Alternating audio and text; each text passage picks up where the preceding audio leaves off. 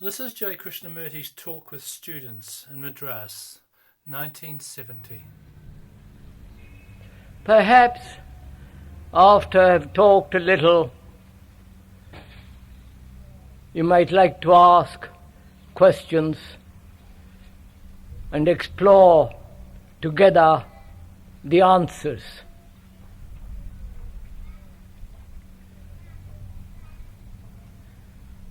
I don't know if one is aware of what is happening throughout the world.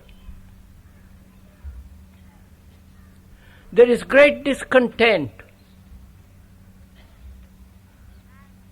There is revolt.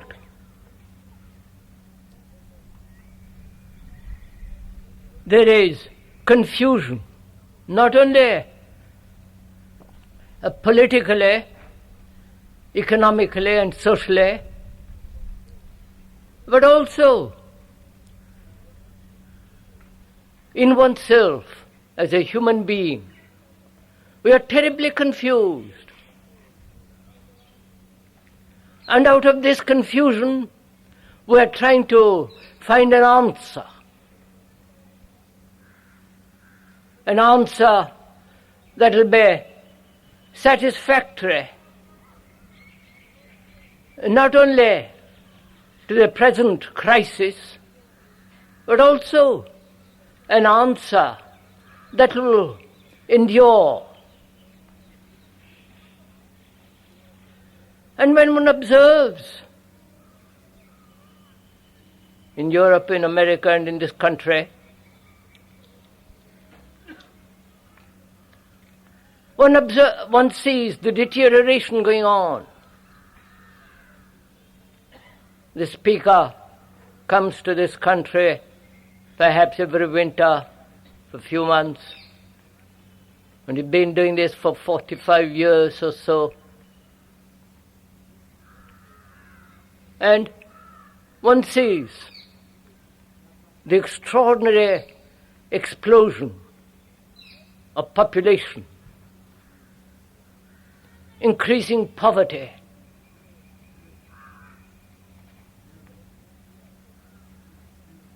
the political mess,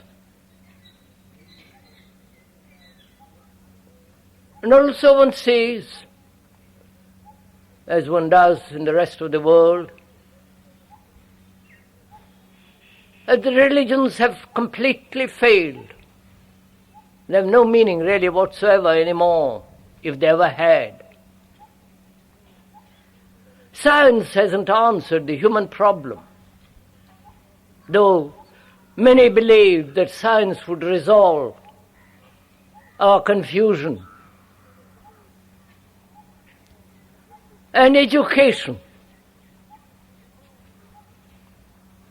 has only prepared man to more confusion, to war. So, I hope you won't mind my saying that education has also failed.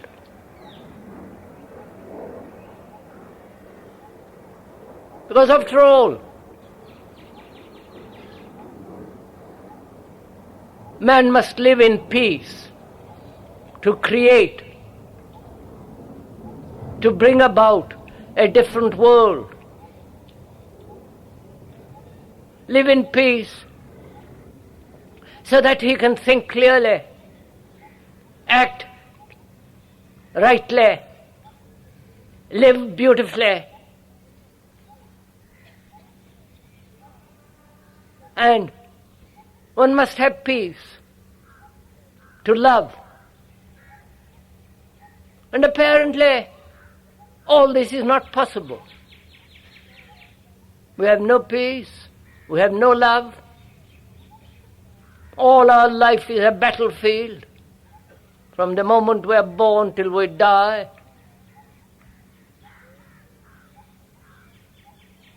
And the ancient traditional responses have no longer any meaning, if they ever had. So that is the present state throughout the world. Religions, science, education have failed to transform man so that he can live happily with a great sense of beauty, live in a relationship which is not conflict. And seeing all this, not intellectually, because that has no meaning. If you merely see all this through one part or one fragment of the mind, naturally the answer would be a fragmentary answer. The intellect, however, capable, and it is extraordinarily capable, doesn't solve the problem. No mere sentiment, emotionalism. And seeing this, one turns to technocracy. The technocrat has become now very important.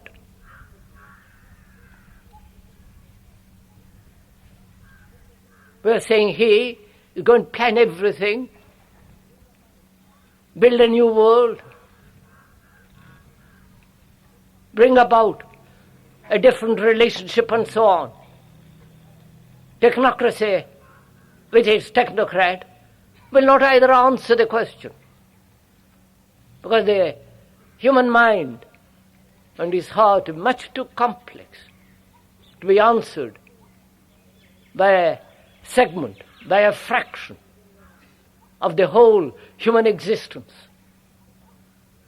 So, what is one to do?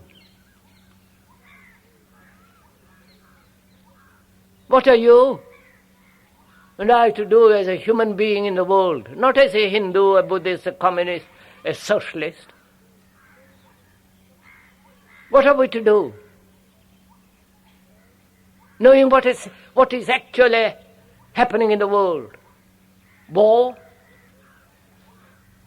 linguistic national divisions, religious fragmentation,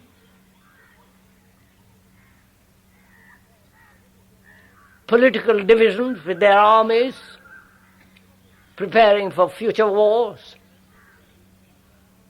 and communism, the thing that promised something extraordinary at one time, has now become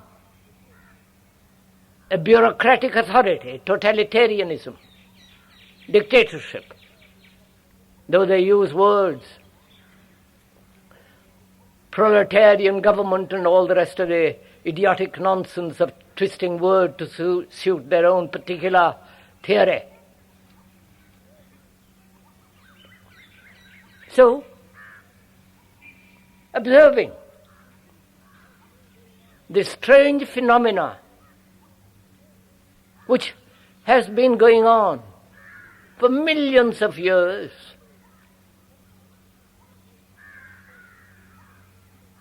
and when one is confronted non-verbally, non-intellectually, but actually faced with it, and you as a human being, what is one to do?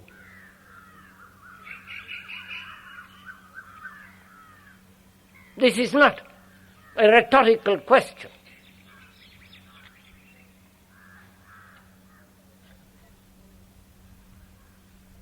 And to find out what is one to do, one has to understand certain obvious things, like the word communication. The word communication means, actually, in the dictionary meaning, to work together, to create together. Not that you listen to one who is communicating.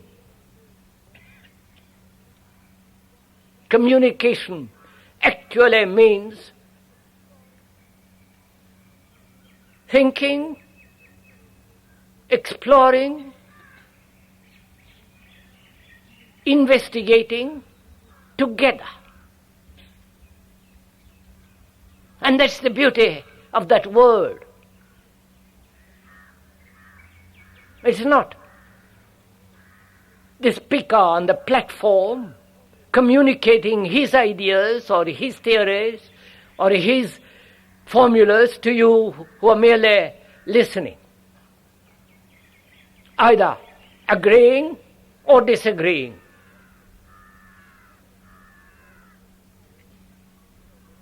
And unfortunately, sitting on a platform of this kind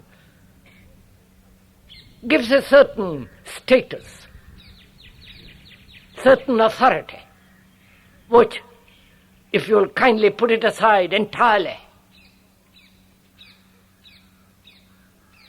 but there is no authority here as far as the speaker is concerned.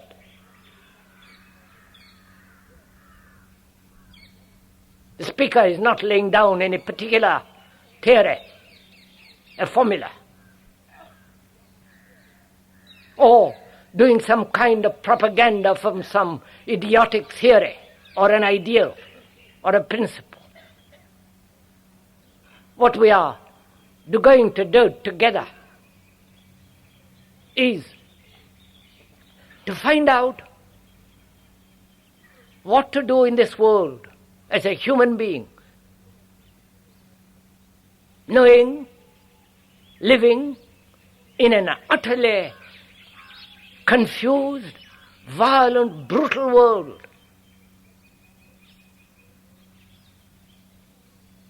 A world that's fragmented, where there is tyranny, where formulas, concepts are extraordinarily important, where a philosophical theory takes all importance over human living.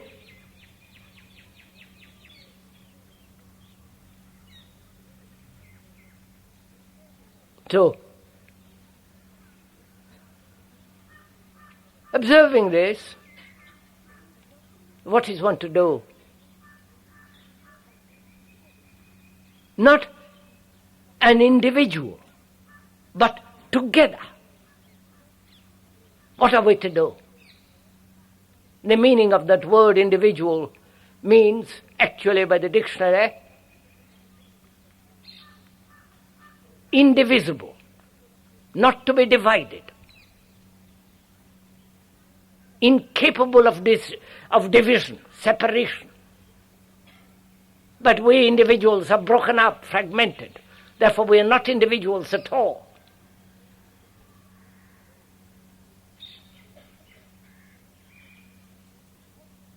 So, how can there be a radical mutation in the whole structure of our life? That is the real question. Not more theories, more ideas and ideologies, because all ideologies are idiotic anyhow. But how to bring about a transformation, a change, radical revolution in the very structure of our being? That's really the question. The religions have failed. They have not changed man. They are probably given me a little polish. Science hasn't succeeded. No government, no party, no philosophy. Nothing actually has changed man for millions of years. I do not know. You have seen some of those paintings in Lescaut, in south of France,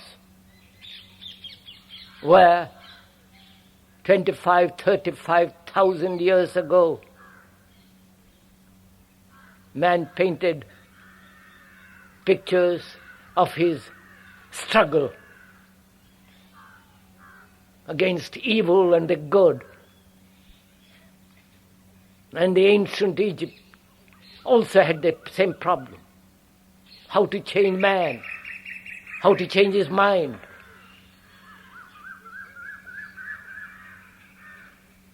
Until we do radically bring about a revolution in oneself,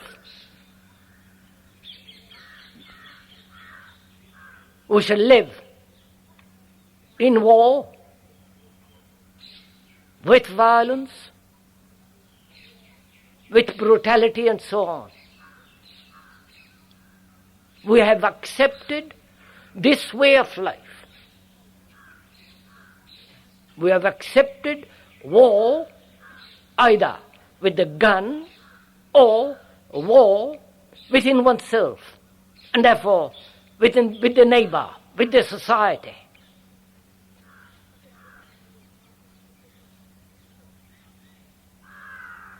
And that's an absolute fact.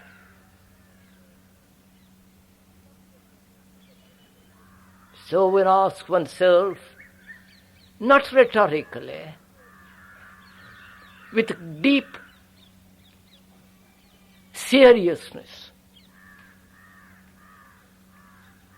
with deep sense of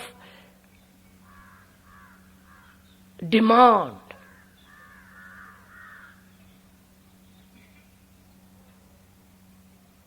because our minds,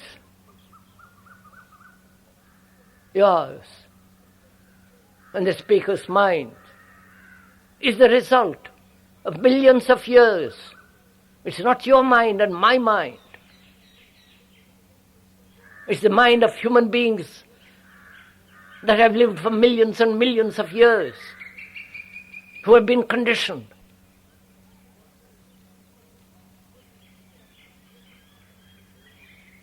Who are held in a certain particular pattern, who have lived a life of torture, of misery, of great sorrow. And each generation revolts against the past generation. And each generation hands to the following generation a perfect mess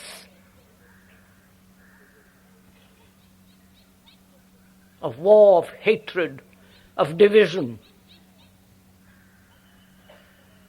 of brutality, violence, despair.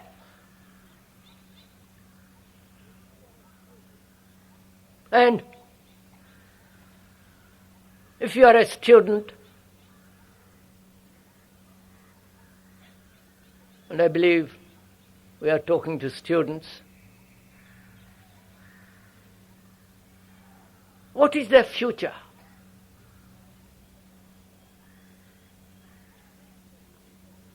Just to pass some examination? To get a job? And fall into that trap which the past generation has created?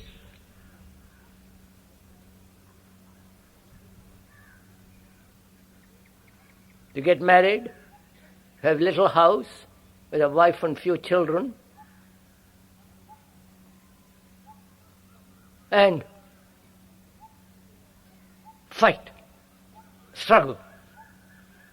We're thoroughly discontented, miserable.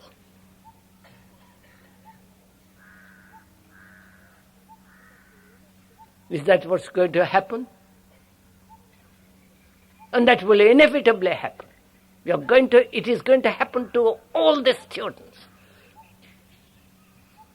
Whether you are a technocrat with a good salary, good position, with a car and a house and full of your own importance.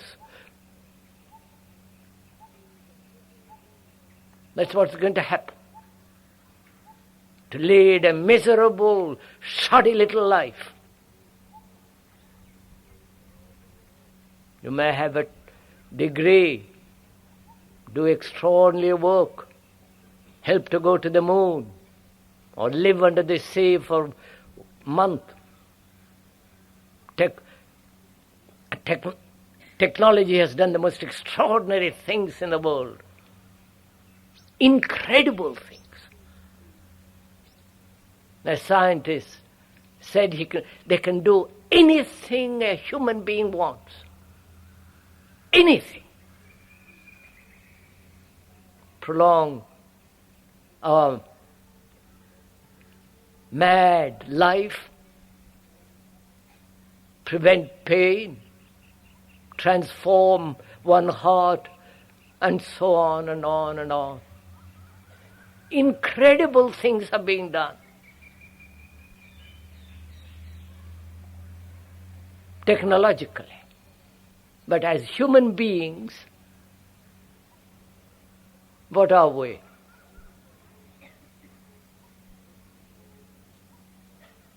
Leading a life which the most ancient of people have lived. With sorrow, with great confusion, with fear of death and life and love,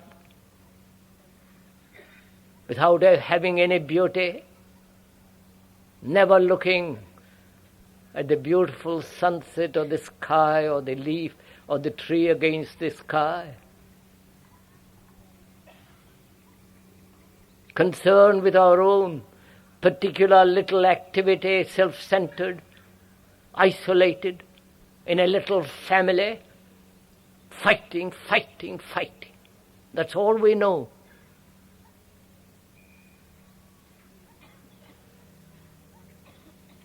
So we are not persuading you or doing propaganda. We are merely pointing out what is. And apparently, it's extraordinarily difficult for most of us to observe actually what is.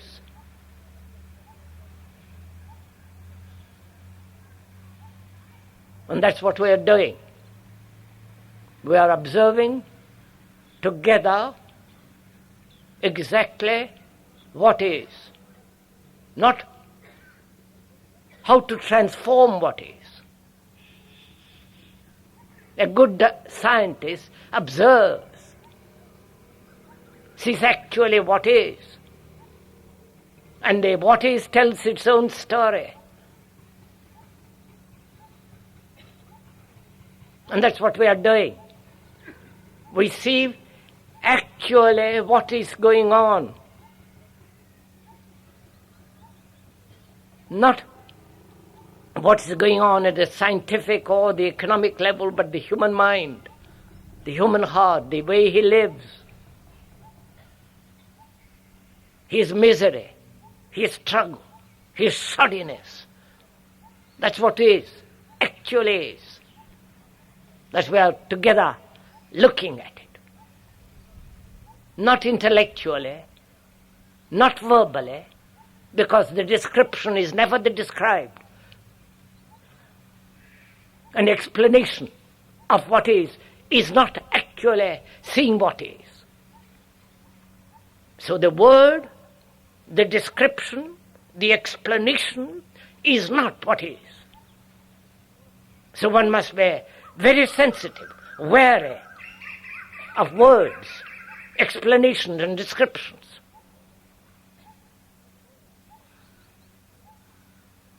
And when one is clear of words, when one can look at it, putting aside our nationalities, our petty little prejudices and all the rest of it, then we can observe, we can actually see what is going on. Now the question is then, seeing what is one to do?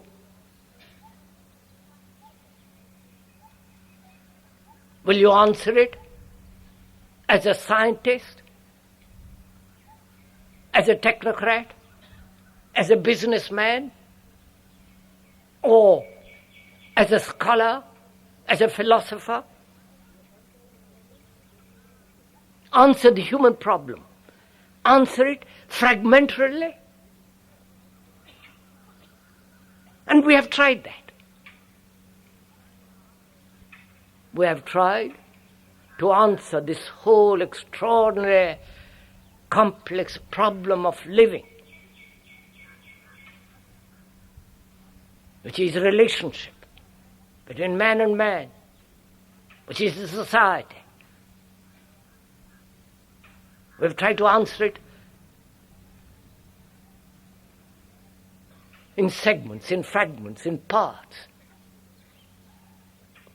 The scientist is a perfect scientist. He's really a very good scientist in the laboratory. But he's a shoddy little human being outside it.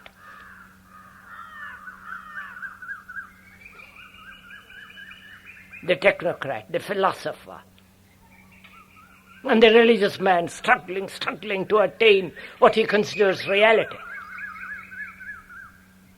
Surely, reality can only be seen with a mind that's very clear, with a mind that's innocent, with a mind that has never been tortured, a mind that has never shed tears. It's only such a mind can say what is truth, what is reality, what is something beyond time. Not by a mind that has been caught, trapped in some philosophy, in some dogma, in some ideation. So, when you look at this phenomenon that is around us and in us, what is a human mind to do?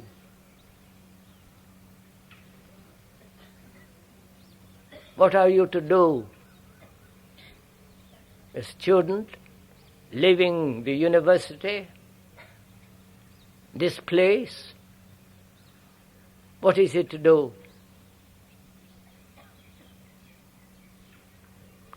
Not as a technocrat. You'll have your job, that's assured, if you're lucky enough. In an overpopulation, where there's so much unemployment and chicanery. But as a human being, what are you going to do? How are you going to transform yourself so as to live a different kind of life? A life in which there is no struggle, no conflict. Because that's the way man has lived for millions of years, with despair, with sorrow, with conflict, with agony.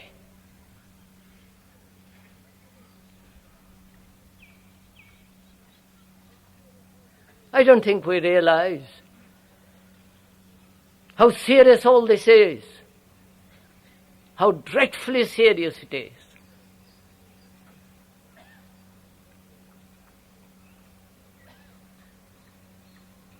And so, is it possible to bring about a radical revolution And that's the only revolution, the psychological revolution, is the only revolution. Not the social, economic, political revolution. They don't answer. You have tried all those. They haven't answered. The human issue. Therefore, the inward revolution, the inward psychological mutation, so that we can live at peace, not as an idea, but actually every day live peacefully. So to understand that, one must ask, why there is so much fragmentation in the mind? Why? We are businessmen, and at home we are something else, and so on. This contradiction.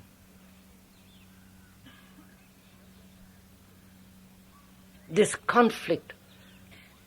When there is contradiction, when there are the opposites. Why? Why have we divided this whole marvelous life with its beauty, with its extraordinary movement? Why have we broken it up?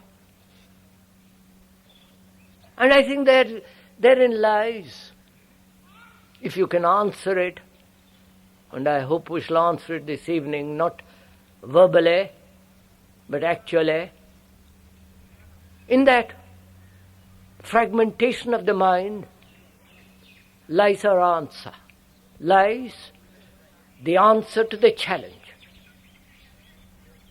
The challenge being, you have lived millions of years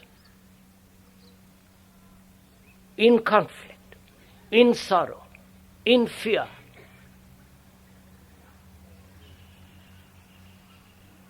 And the challenge says, you must change. Because the world demands it. The present crisis demands it.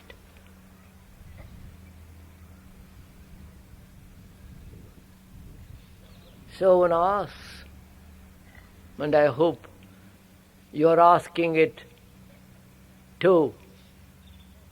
That is, when I ask, when the speaker asks the question, you are asking it of yourself. We are communicating together. We are journeying together. Therefore, you are not merely sitting comfortably or uncomfortably, listening to a few words. We are together exploring. Why? The human mind, which is so conditioned, why it is broken up, fragmented in itself.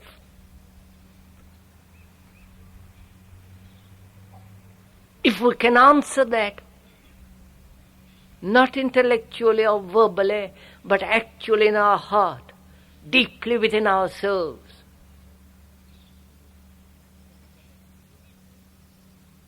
then you'll find that one can live a totally different kind of life, at a different dimension altogether. And that's what we are going to investigate together tonight. Together. And that's important to understand. The speaker is not important at all.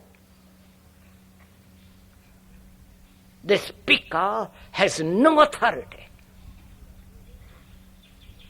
to tell you or ask you to do this or to do that. We are taking a journey together, exploring, looking, asking. First question is, why? The mind, which is the brain, also the physical organism, the mind, the heart, the brain and the physical organism are one. It's not the higher self, the Atman, and the lower self, and all that stuff invented by somebody.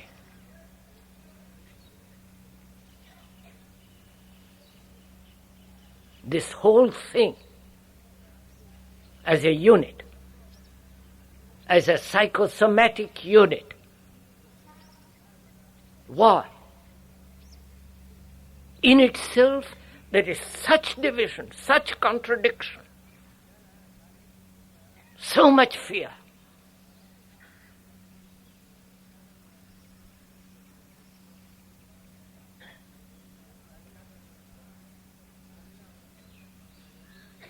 When you are asked that question, and you are now being asked, and there is nobody to answer it,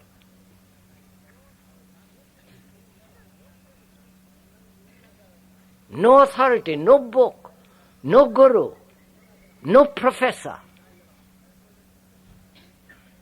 nobody to answer that question. But you have to ask it. You have, in the very asking of it, with all your seriousness, with the passion, with an intensity, because you have to solve this question. As a human being, faced with a life that is terrible, you have to answer this question for yourself and by yourself. And that's the first thing to realize. That there is nobody in life that's going to tell you what to do.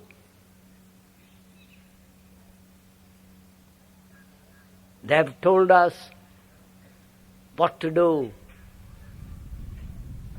The gurus, the teachers, the books, the philosophers, the analysts, they've all told us what to do. And we have become second-hand human beings for millions of years. You can repeat what others have said most beautifully. Explain marvelously, intricately what others have propounded. But in essence, deeply, we are second-hand, third-hand human beings. And intellectually we repeat. So there is nobody to lead and for you to follow. And that's one of the first things to realize. As a human being, you cannot, must not allow yourself to be led either by the communist, Marxist, or by a philosopher, or a psychologist, or a guru. We have done all that. Because you have followed, we have made a mess in the world.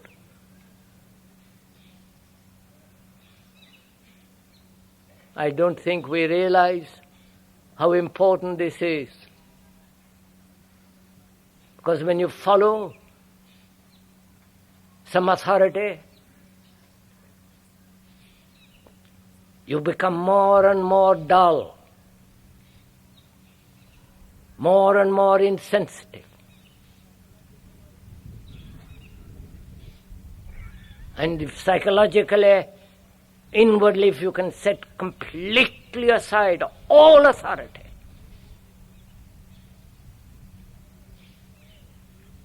then you're beginning to be free to inquire. And freedom is necessary. Total freedom. Absolute freedom inwardly.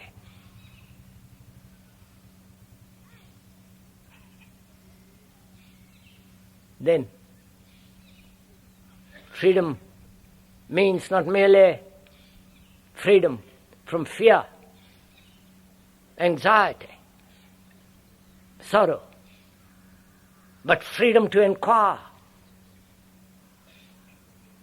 to go deeply, profoundly in yourself, because that's all you have.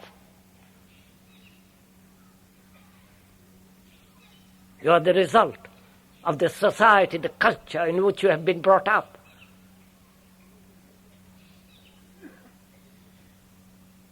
And that's the only thing you have, therefore you have to investigate it, explore it, and see whether you can completely be free of all that.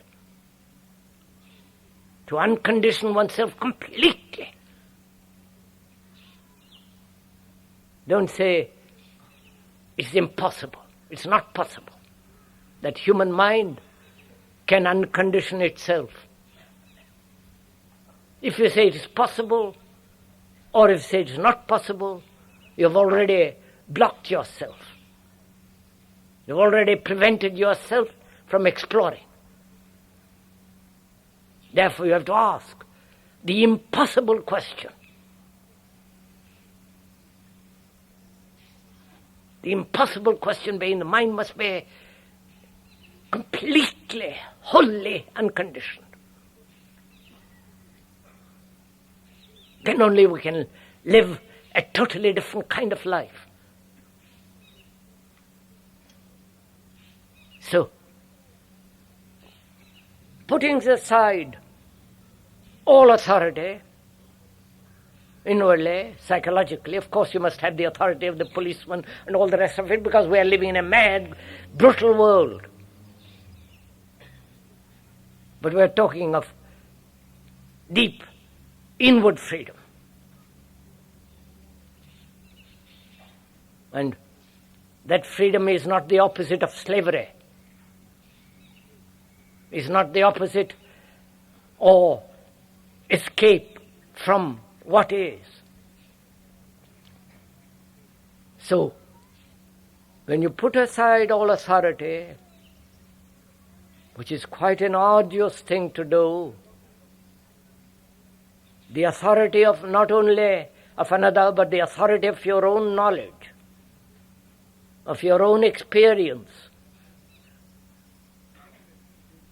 then you can ask this question. Why our mind, which is such a marvelous thing, our brain, which can do the most extraordinary things. Think of the computer. Think what man has done to go to the moon. The inventions of war.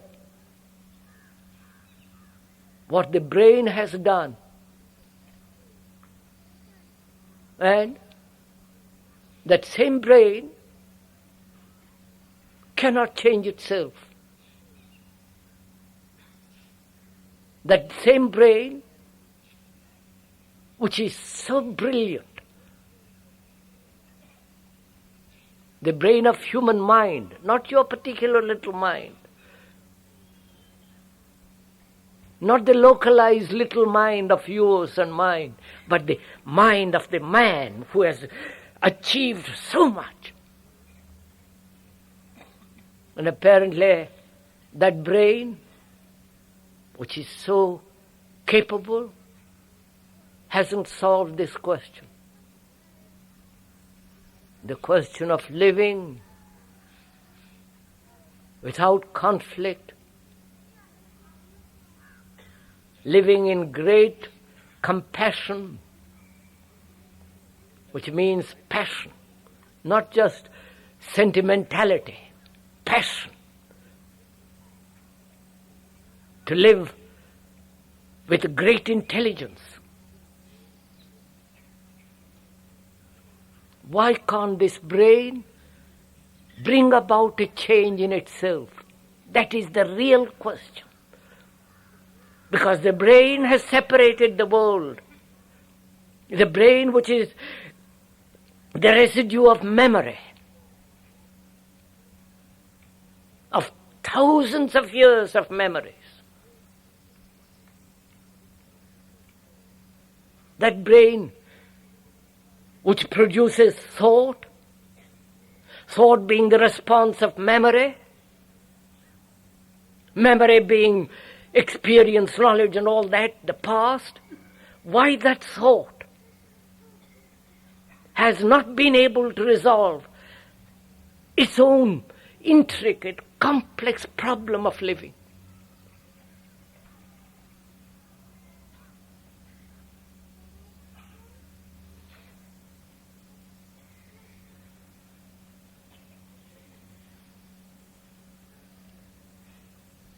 After all, we rely a great deal. What a lovely evening it is, isn't it? Look at the new moon.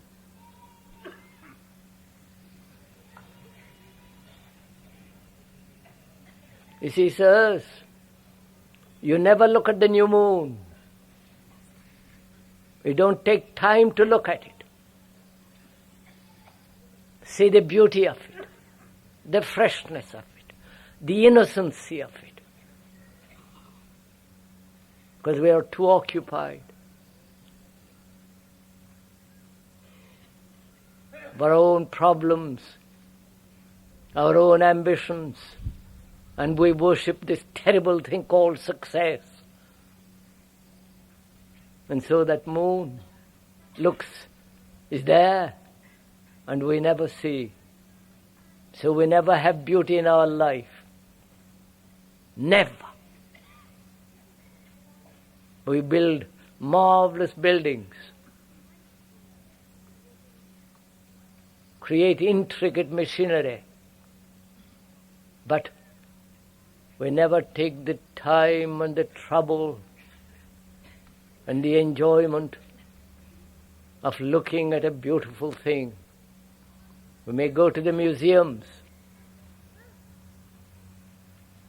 and you go to the museums because you've lost touch with nature.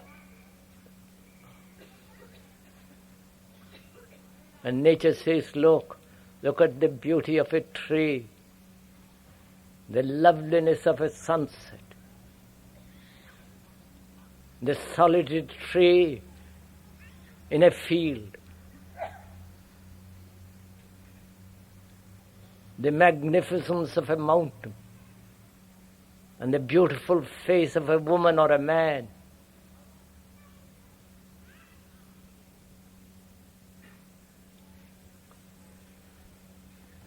So, we're asking why this brain that has had millions of years of knowledge, experience, why cannot it transform itself? Why doesn't it bring about within itself a total mutation?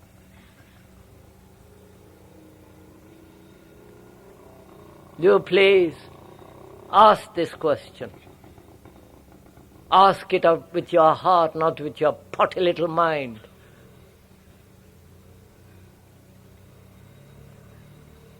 With the fullness of your heart, ask the question. And you will see, if you do ask it, thought always replies. And the reply of thought is always old. Thought is never new. Thought is never free. Therefore its reply, when a question of this kind, this serious question is put, thought pops up immediately and answers it. And Its answer seems to satisfy people.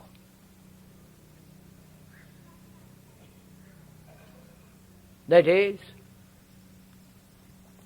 why the brain, which is such a marvelous instrument, why has it not been able to solve this human agony?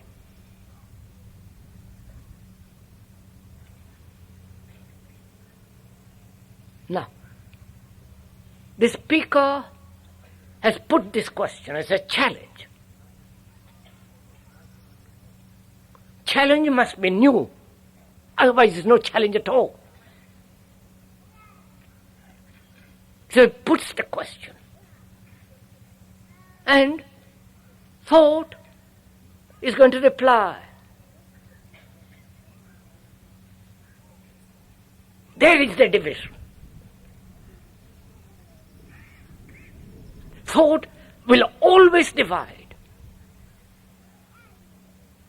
Divide me from you, you from another, we and they, the Hindu, the Buddhist, the Christian, the communist, and all that tummy rot. Because thought replies, cunning, very intellectual, capable. But thought is the past. So the past is always dividing. It may be useful technologically. Knowledge is necessary in the field of science. Knowledge is necessary to go home, to pass your, God knows why you pass your exams. But thought will divide. Because thought is the response of the past. And so the past is always dividing the past as the past, the present and the future. So the past is the maker of time, which is thought. And thought is the produces sorrow.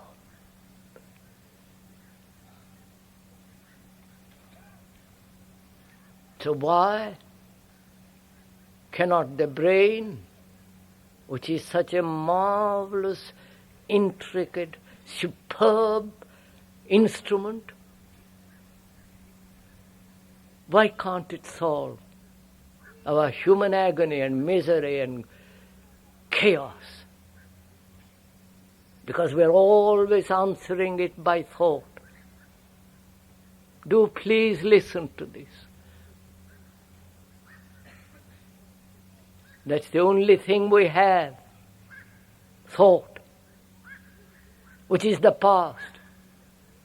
And so we human beings with the brain are living in the past. Every minute is the past.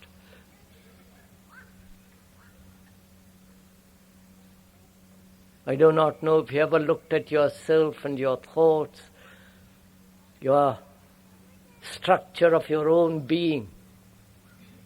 You will see, if you do have looked at it, that you are the past, and you are nothing else but the past. The past going through the present, projecting the future, but it's still the past.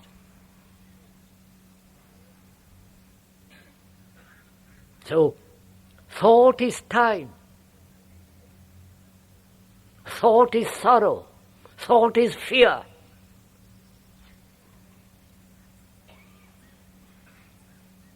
So thought is always dividing, contradictory, pulling in one direction opposed to another direction.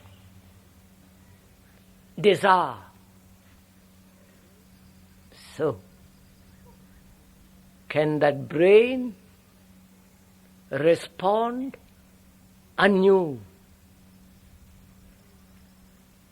afresh, though it has had millions of years of experience, though it has been conditioned completely, can that brain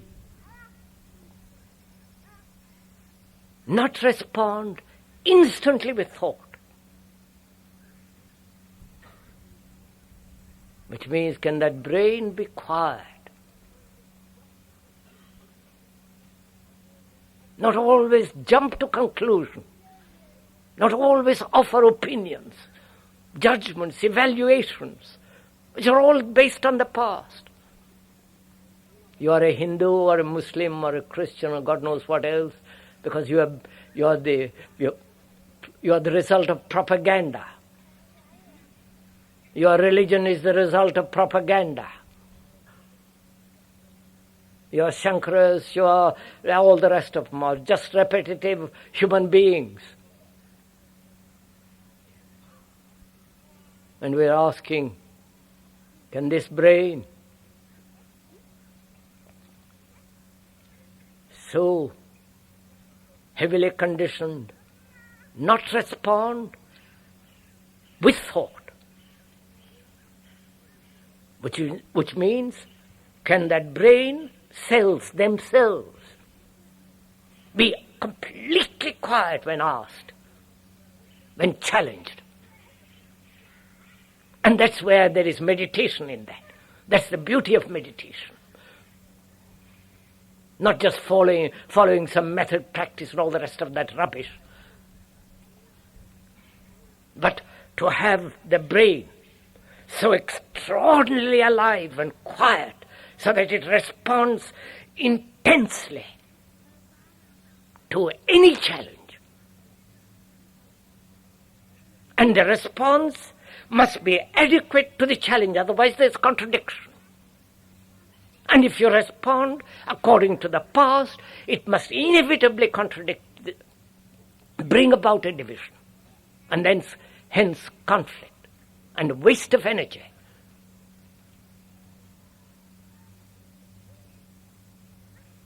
So, thought divides. Thought creates the observer. The observer is the past. The observer then looks and separates himself as the observer and the thing observed. And there begins the whole duality, the conflict between you, your wife and your neighbor, your children, your community, and all the rest of it. And where there is conflict, there is no love. You may have pleasure, sexual, otherwise, forms of pleasure. But it's not love. Is love pleasure? Is love desire? Is love pain?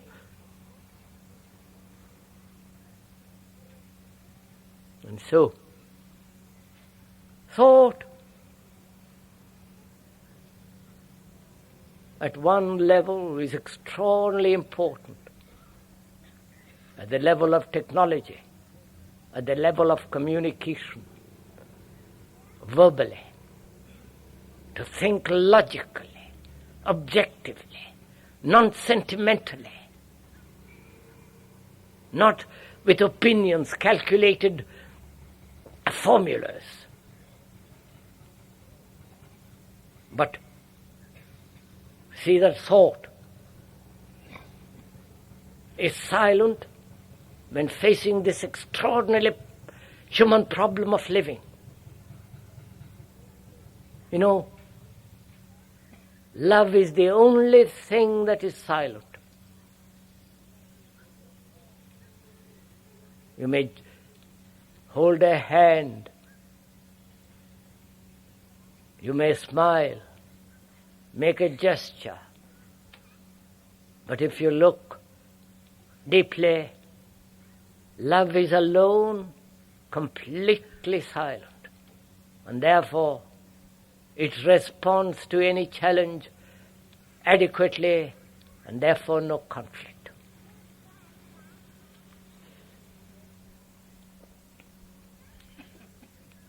And a mind like that is really a religious mind. Such a mind needn't go to a temple, to a mosque or a church. Such a mind knows, is aware, observes, not as an observer observing truth, that state of extraordinary thing called,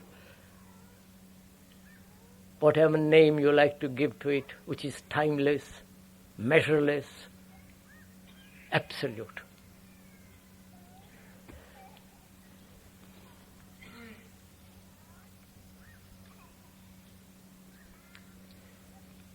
Now perhaps after you have looked at that moon,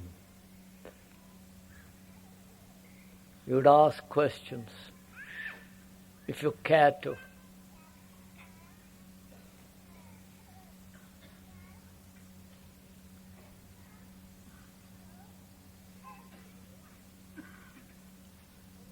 You know,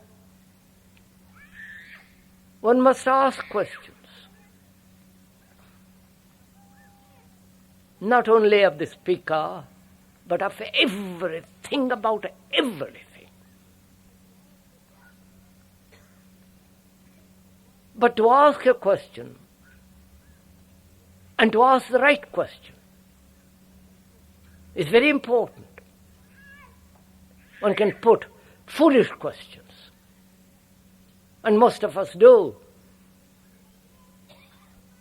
We never put the essential question. And when we do put it, we wait for an answer from somebody else.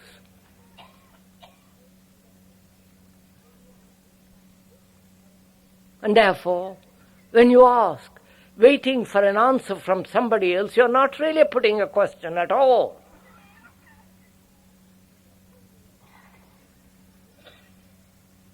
You are only interested in getting an answer.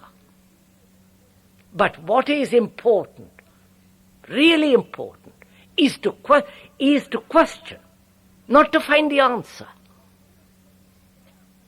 Because in the very question itself is the answer, if you know how to put it.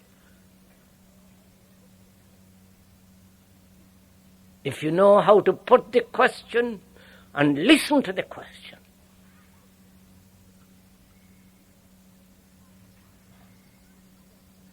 You cannot listen to the question if you're wanting an answer. You're off.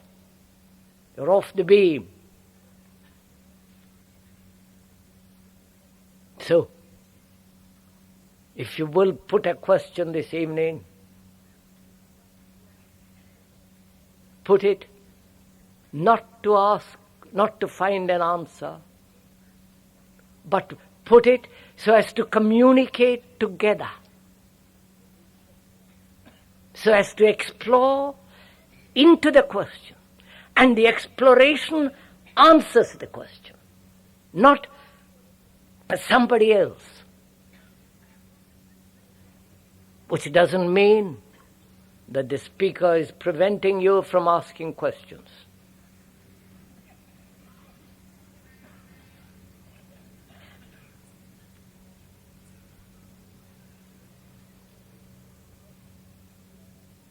And in questioning, you are exposing yourself.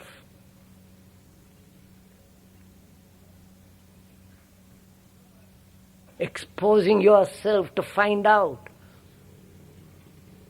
And you may not want to expose yourself because you may be frightened. But one must expose oneself. Do please listen to me. You must expose yourself. As you expose your face in the mirror,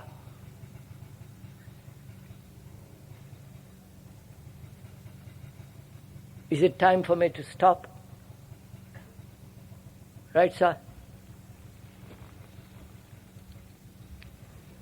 You have made the audience silent for a moment, but I think it's a unique occasion. We have Sri Krishnamurti here amidst us, and so please, dear friends and listeners, don't be shy and ask some questions to him. I think he gave us much food of thought, not thought in a dividing sense, but thought in a unifying sense.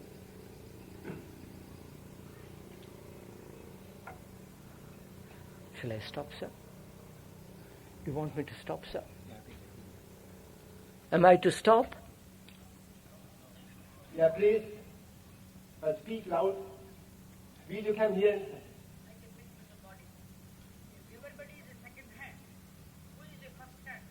A lovely question. You heard that question? If everybody is second hand, who is first hand?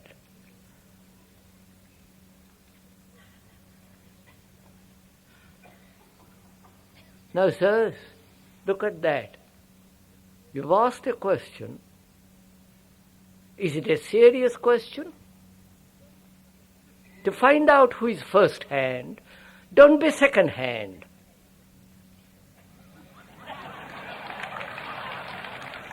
No, sir. No, please. This is not a clever answer. Don't laugh.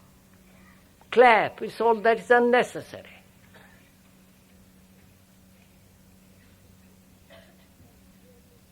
Because if that question meant seriously, then to find out whether the mind can be free of all the information, the second-hand information. That is, whether the mind can empty itself of the known, the past.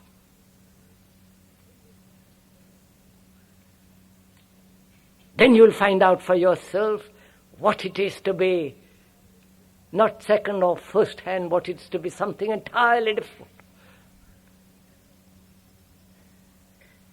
But to find that out, see how the mind is second hand first. Observe it, what its habits are, its traditions, its repetitive pleasures.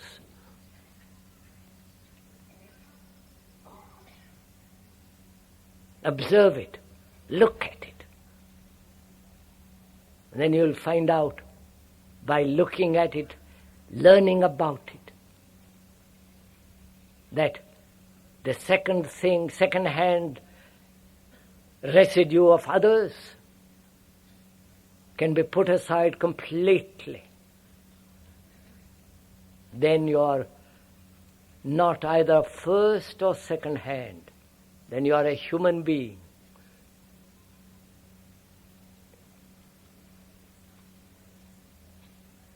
Please.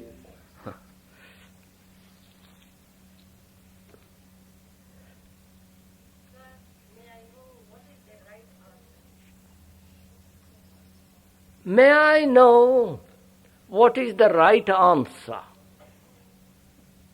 Put the right question first. There is no right answer to a wrong question. But if you put the right question, there is the right answer. To ask abstractly, what is the right answer? I'm afraid, my lady, that is no meaning. I meant, sir, what is the right question? Ah.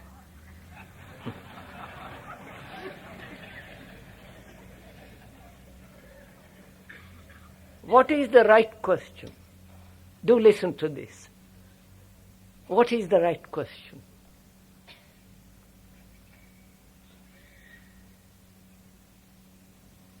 Is there a right question? No, please look at it, sir. Still look. Is there a right question? Or wrong question? But only questioning, not superficially, not out of curiosity, not out of intellectual argumentation or dialectical opinions. Qu'est-ce qu'il y a? I mean, do sit down, sir, please.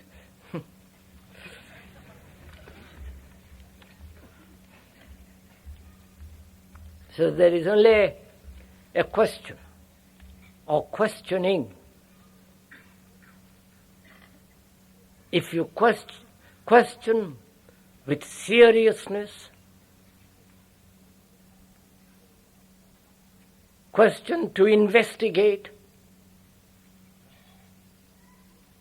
question to expose your own structure of your being,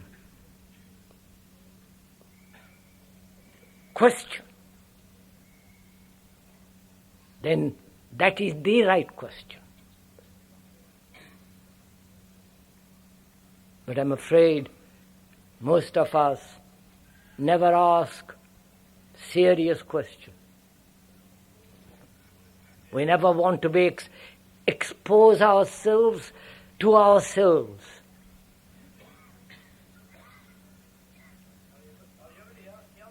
Yes, sir. What, sir?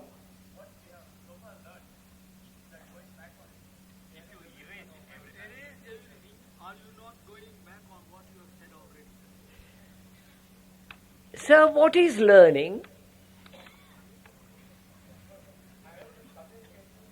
Yes, sir, I've understood your question, sir. You have been able to communicate with the speaker.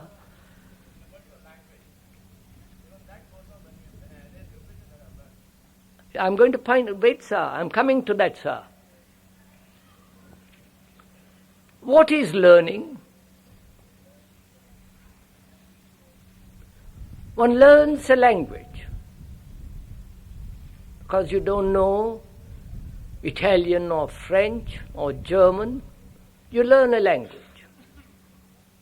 To learn to speak that language, you must have many words, verbs, put the words and the verbs together to make a sentence. You must have knowledge of Italian or German to speak.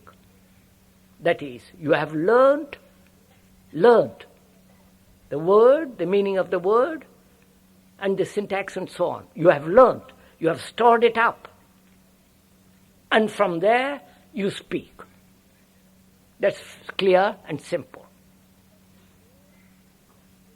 Now, can you learn in the same sense about life? Life which is living, moving, active, intense.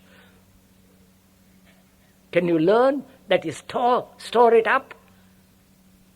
Which means having learned, you then act. That's what we do. That is, one has had an experience which has left a mark, a memory, and from that you act. Therefore, there is a contradiction, a division between the past and the action. And is that learning? Or, having learnt, you act. So, we are using the word learning quite differently. Learning is a movement, constant movement. Learning about oneself. Oneself is never static. Oneself is a living, moving, dynamic thing. You can't say, well, I have learnt about myself, and then with what I have learnt, I'm going to observe. What you observe after what you have learnt is the past. The past is looking at the present. Therefore, there is a division between the observer and the observed, and that's not learning. So, what we have said this evening is to explore. Explore means to learn. Not having learnt, having accumulated. Then act. Sir, I do not know if you have not noticed that in the doing is not only the discipline of doing, but also in the doing is the learning.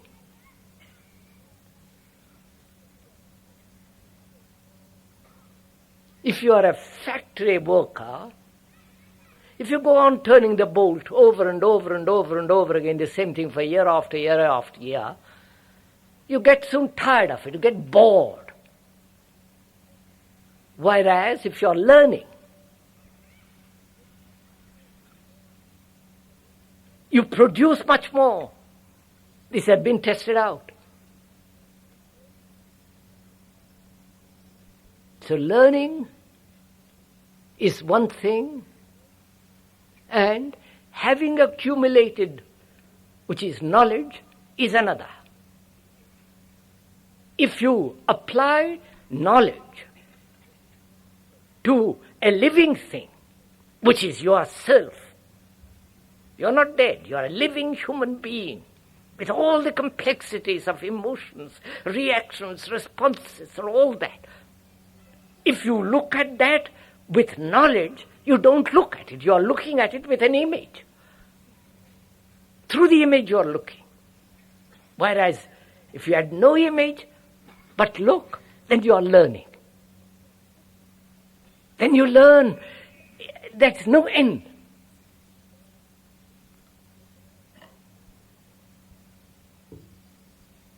So, look, if you had no book,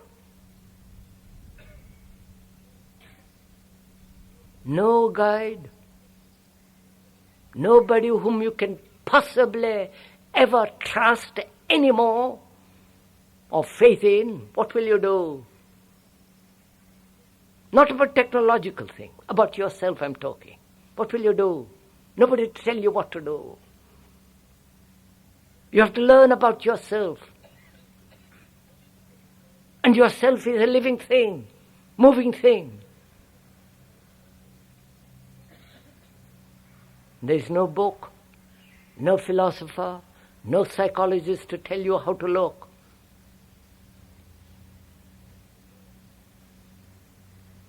Therefore you have to learn. When there is learning, there is no first hand or second hand. When you have stopped learning, there is second hand and the first hand.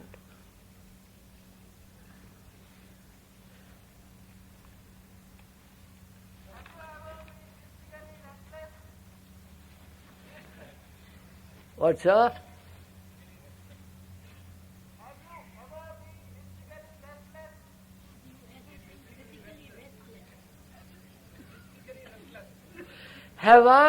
Have the speaker ever been physically restless?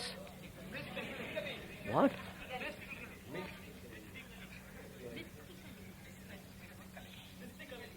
What do you mean, sir? Have you ever been what? Mystically restless. Oh, have you ever been mystically restless? I really don't understand what that means. Physically, when you're tired, you may be a little restless, jittery, nervous, wiggling your foot, and also restless mentally. But I don't understand. One doesn't understand what's the use of that word mystically. You mean, sir, mystically searching? Mystically mysteriously, that's the word.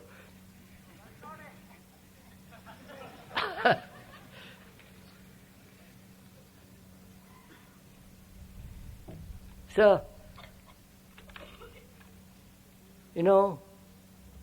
don't enter into the world of mystery, and the world of mystery is extraordinary. There is great mystery in life. To enter into that, you must be extraordinarily sane. You must be very healthy. Your mind must be very clear, undistorted.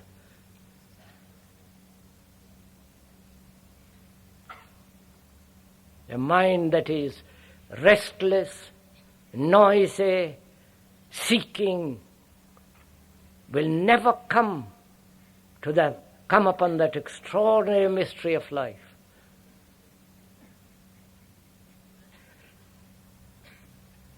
And to come upon that is its own discipline.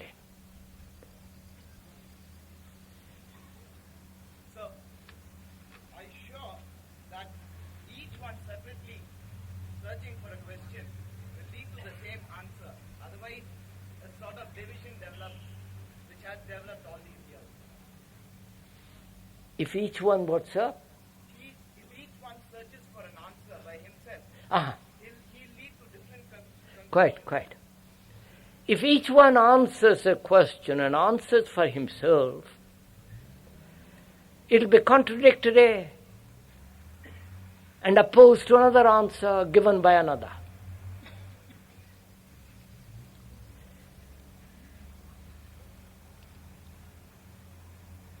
So, when you look through a microscope, an instrument of great precision, you and the speaker or another must see the same thing through the microscope.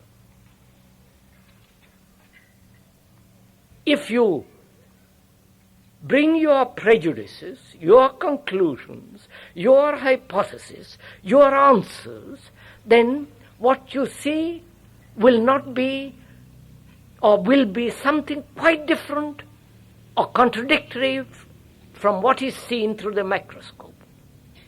What is seen through the microscope must be seen by everybody, not by you or by me or by another, as a separate human being.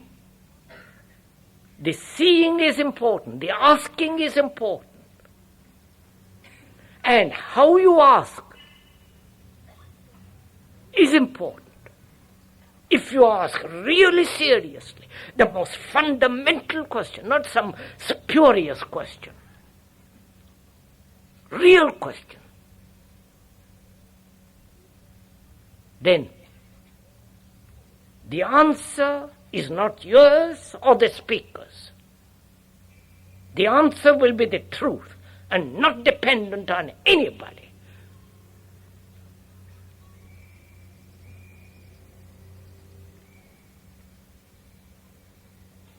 So,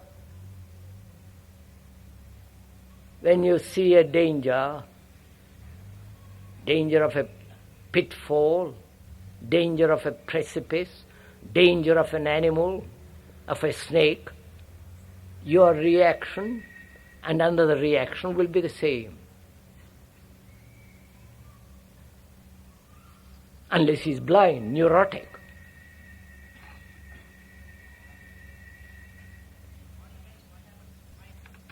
Huh?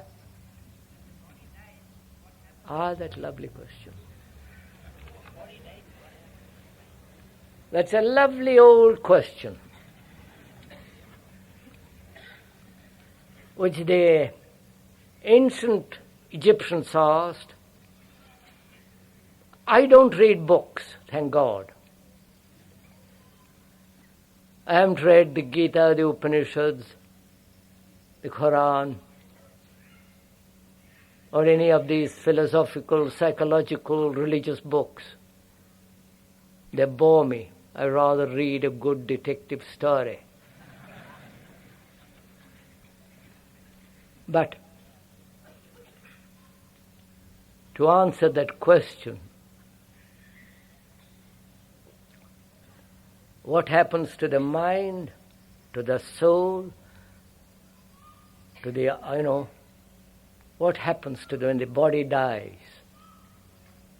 Now, listen, sir. We've asked this question. Do listen to it, please. Pay attention to it. You have asked the question. Now, who is going to answer it? And what kind of reply do you want?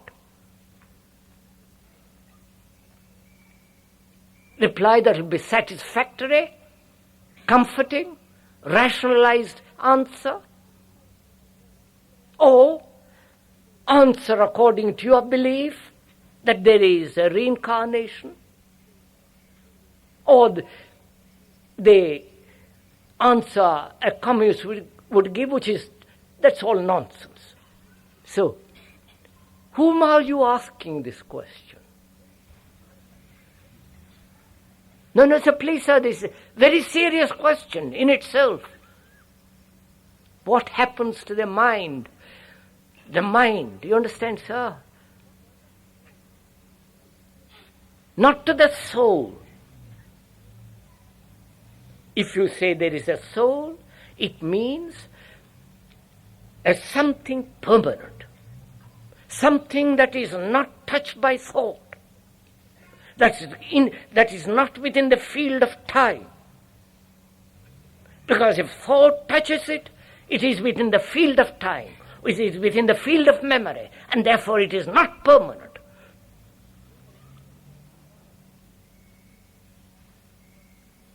So, when you ask that question, what happens when the body dies? First of all, why do you ask it? Are you frightened of death?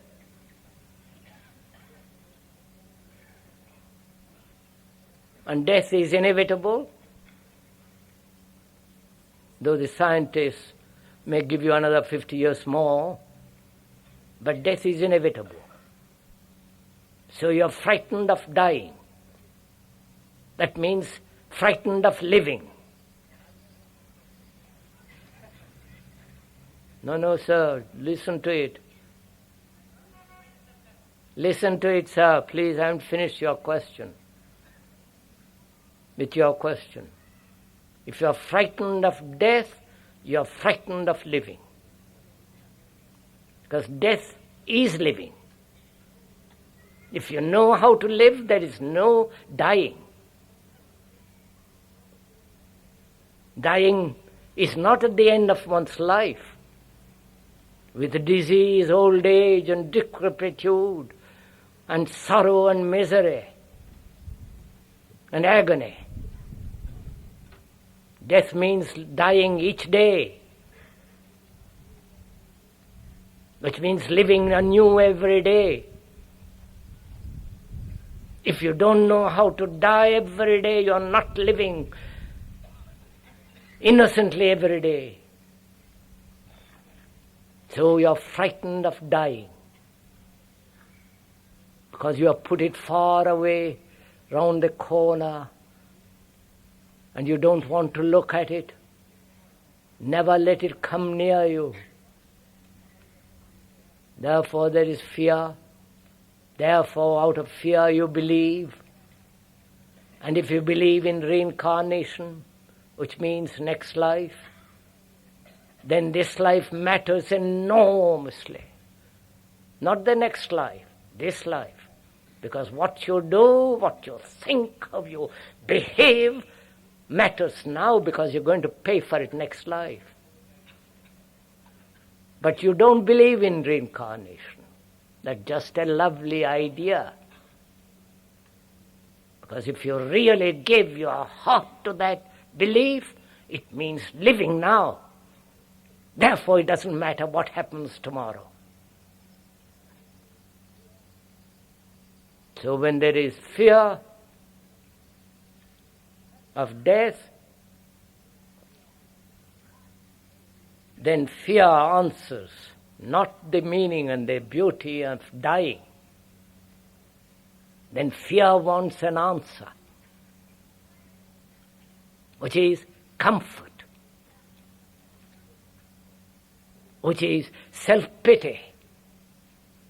I have lived so long, accumulated so much, struggled so greatly, have climbed the ladder of success. Is that all? Of course that's all, because you have nothing else. You have your furniture, your degrees, going to the office for the next 60 years, being bullied, and that's all your life is, actually, not theoretically. And so, being frightened of living that way, inevitably you are frightened of dying. And fear cannot answer question of life. Therefore, the freedom from fear is the fullness of living.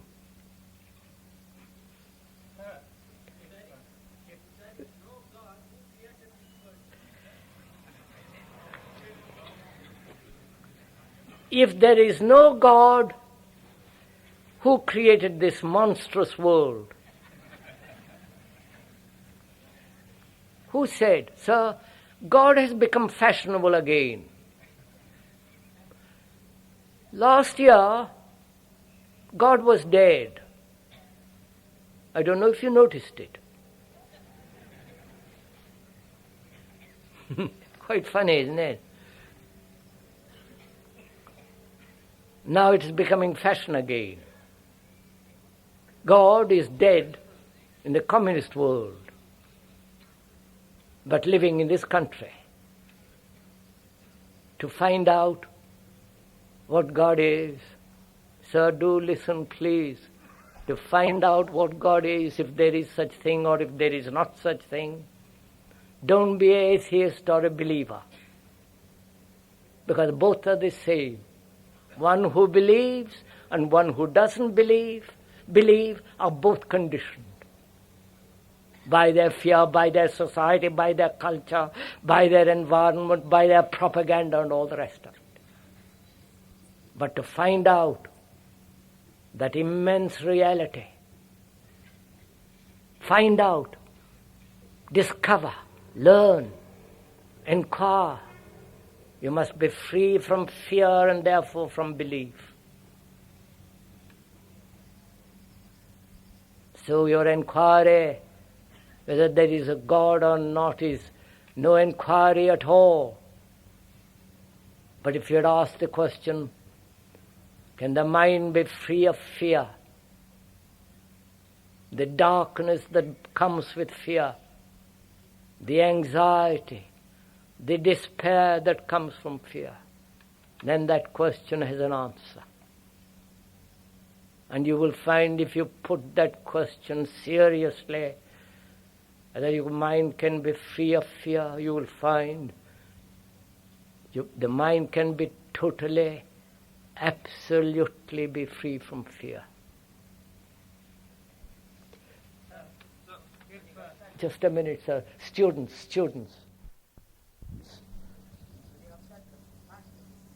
What, sir?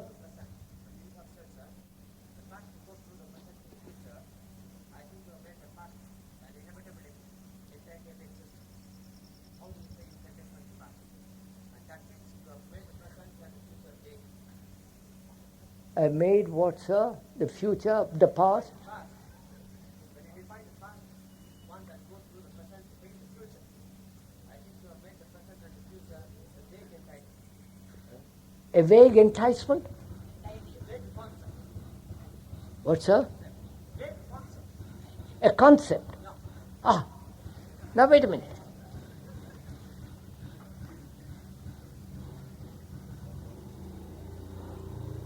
I said the past.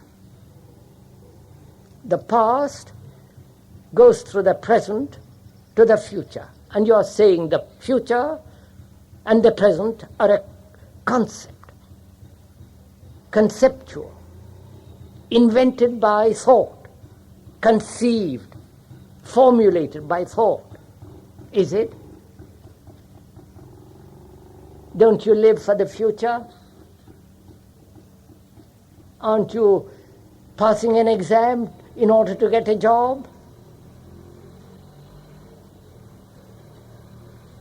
And the past. What is the past, sir? Your tradition, your memories, your experiences, the accumulated racial knowledge. All that is the past. The past is the experience of the present remembered.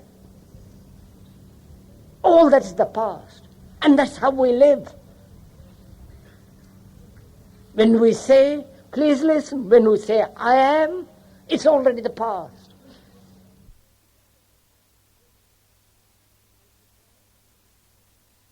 Aren't you tired? All right, sir. If you really want to know what sleep is, and if it is necessary, and what is implied in sleep, now give attention to it. Don't just ask questions and go to sleep.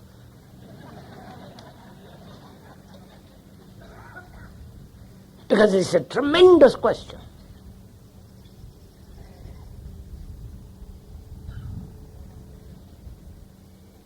The sleep is necessary because the body is exhausted after a day's work, you know. Have you ever noticed that darkness is necessary as light to a plant? Have you ever noticed it? If you have light all the time on a plant, it has no recuperative power. So the darkness and light are necessary. So sleep for the body is necessary. But what happens during sleep? That is the question. Now to go into that, you must journey with the speaker. Not you over there and the speaker over here telling you about sleep. You must move together.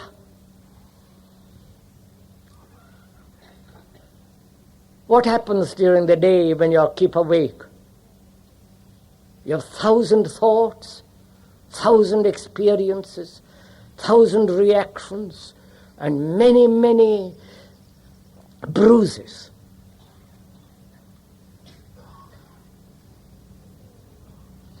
And there is disorder in your living during the day.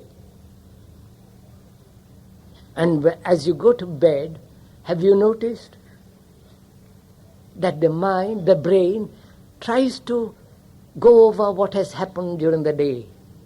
Have you noticed it? Why? Because it wants to bring order. It says, I did this, I wish I hadn't done it, it should have been that way, and so on. It tries to bring order in the things that have brought disorder during the day. That's why we go over what has happened. Now, when you go to sleep, the brain, which demands order, which demands security, otherwise it can't function properly. So it tries to bring about order through dreams. Frightening, ugly, or very sane dreams, which are the intimations of the things that you have not understood, translate into dreams. So during the sleep, the activities of brain are going on. Because during the day, the brain has been functioning disorderly. contradictorily, in opposition, in effort. And during the sleep it tries to put some order. And that order may take the form of a dream. So, wait, listen to it. If you are very orderly, not disciplined order, but orderly in life, living, watching your responses, looking at every thought, living, being aware during the day of your thoughts, of the trees, of the animals, of the road, of the dirt, the squalor, the disorder of your room, the disorder of your relationship. If you watch the disorder, out of that disorder comes order. Not a blueprint order, because you have understood disorder, out of that disorder comes order. Then when you sleep, quite a different thing takes place.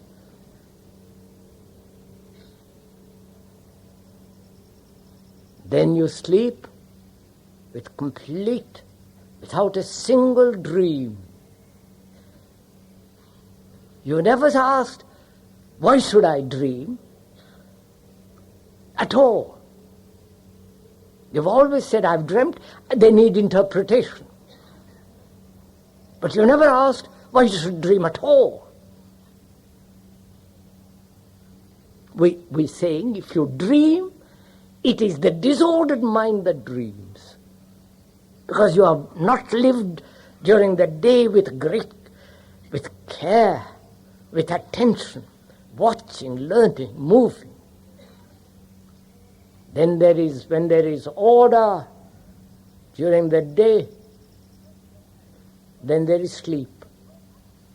Then in that sleep, the mind not only and the brain refreshes itself, renews itself, but also something else takes place. Something entirely different. And that's part of meditation.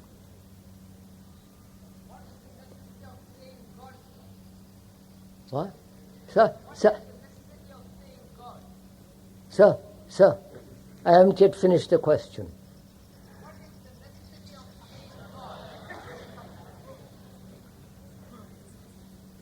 Sir, would you listen? Look, sir, you're filled with your question, and therefore you're not listening to the answer of that person who asked about dreams, of sleep. If you listen to that question which the speaker has gone into, you'll have answered your question. There is no need to seek God at all. If you seek God, you will find the illusion of God. You won't find truth. You will find the illusion of truth. Because what you seek, you project. That's what you want to find. What you will find is what you want. But whereas, to empty the mind of everything known,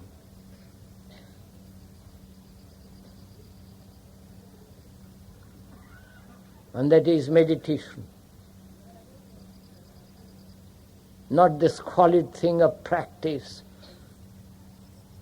but to find out, inquire into the question of emptying the power of the mind, the brain of the past.